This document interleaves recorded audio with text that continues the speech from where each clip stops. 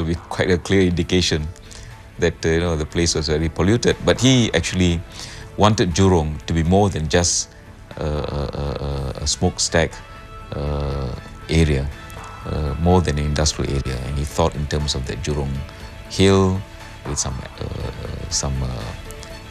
restaurants and so on, a bird park where people could go and see beautiful birds. He was the one who started the zoo.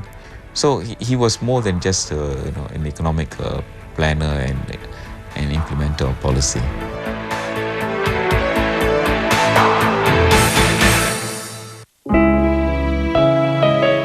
Independence in 1965 meant Singapore had to build up its own defences quickly. Singapore's first finance minister became its first interior and defence minister.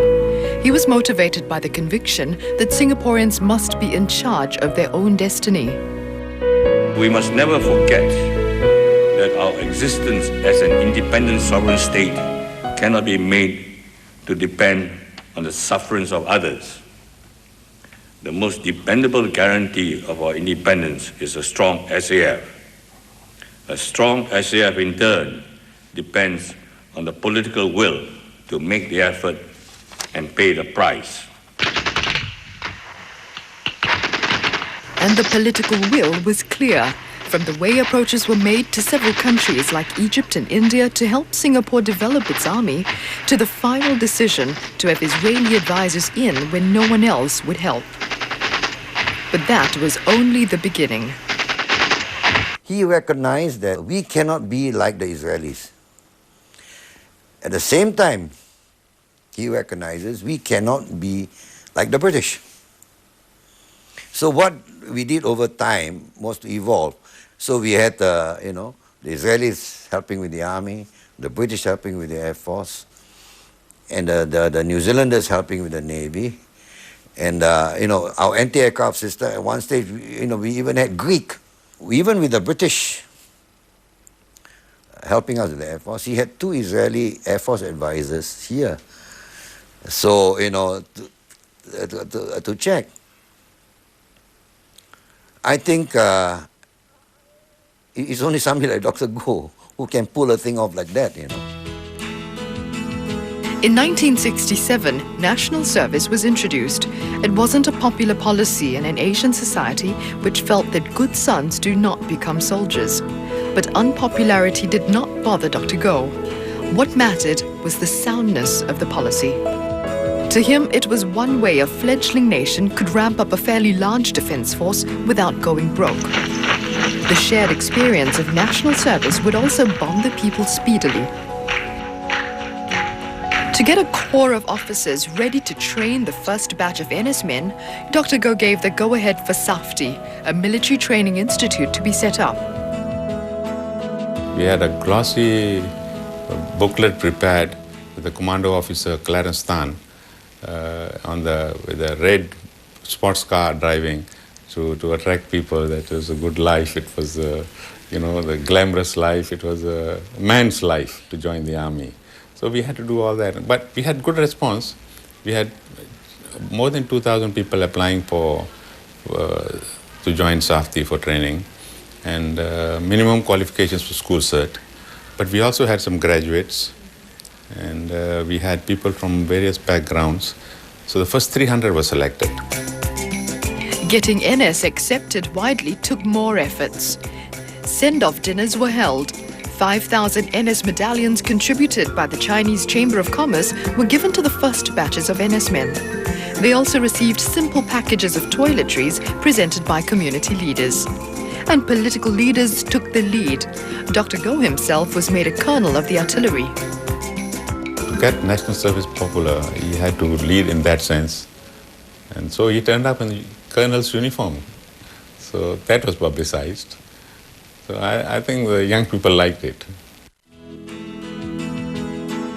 By the time the 1972 general election came round, male Singaporeans had known a few years of NS.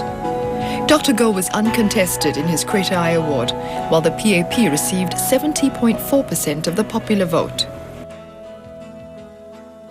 I'm quite sure my colleague Minister for Defence, Dr. Goh Keng Swee, is happy that the policy on national service has been successfully tested and has been found to receive majority support. I think it's a good thing to have a general election now, because we can then get down to serious business to face all the new problems that Singapore will be meeting, and we'll overcome these problems and difficulties of the future as we've done in the past. I think we can steer the country to a good future. Dr. Goh was the man Lee Kuan Yew would turn to whenever there was a crucial task. And today I can say without any reservation, if I am confronted with a military problem, I will not only consult the SAF General Staff, I will also have a quiet word with Dr. Goh, because he has read up and studied the art of war and the science of weaponry. He applied himself. It is a total discipline in itself. He has, you name them and he's read them. Sun Tzu, Clausewitz, Little Heart. He used to pass me in the books. I say, wait a minute. I'm not your chief of staff and I don't want to be. He says, no, you are prime minister. You must know this. He always operated on philosophy that if he was Minister of Defense, he always ought to be fully alert as to what is going on. And therefore, if the Prime Minister were to come along to raise something, if he had been very good as a Defense Minister, would have thought about it before the Prime Minister.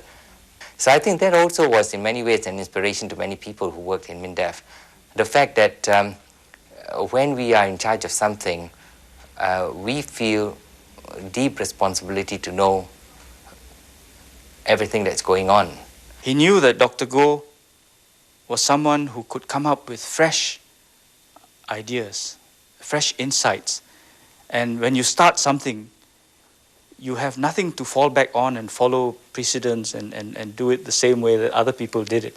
And so if you had a completely new project, say if you didn't have an SAF and you had to start an SAF, Dr. Goh would be ideal because he had the depth and the of perspective and insights to produce solutions and start afresh with no benchmarks to fall back on. He read widely. You couldn't pull a fast one. I remember somebody who wanted to sell a plane or something came to him. And of course, volumes of papers came about saying how good it is and so on. All he called out and said, the man came, typical salesman. I wouldn't want to name the country.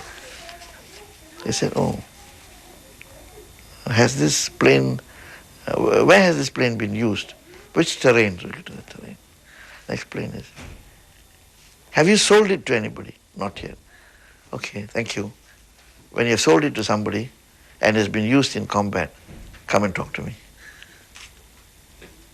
Finished, conversation ended. Agenda item passed in 5 minutes. When the British withdrew their troops from Singapore in 1971, Dr. Goh seized the opportunity to turn adversity into opportunity on the defence front. It became the catalyst which speeded up the growth of Singapore's own armed forces. In 3 years, he had tripled the army strength. One of the things which impressed me most was there was this saying by Dr. Goh, which you could see in various SAF units and in MINDEF, where they quoted him as saying that the only way to avoid making mistakes is not to do anything, and that in the final analysis will be the ultimate mistake.